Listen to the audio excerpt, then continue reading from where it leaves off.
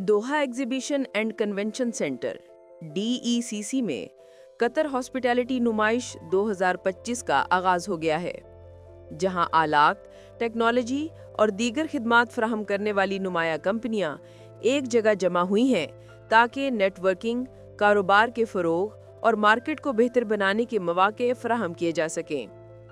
ये नुमाइश 30 अक्टूबर तक जारी रहेगी। इसमें तकरीबन 20 ममालिक की 120 बैनुल-अक़वामी कंपनियों ने शिरकत की है, जिनमें चीन, मिस्र, भारत, इटली, ओमान और नीदरलैंड्स शामिल हैं।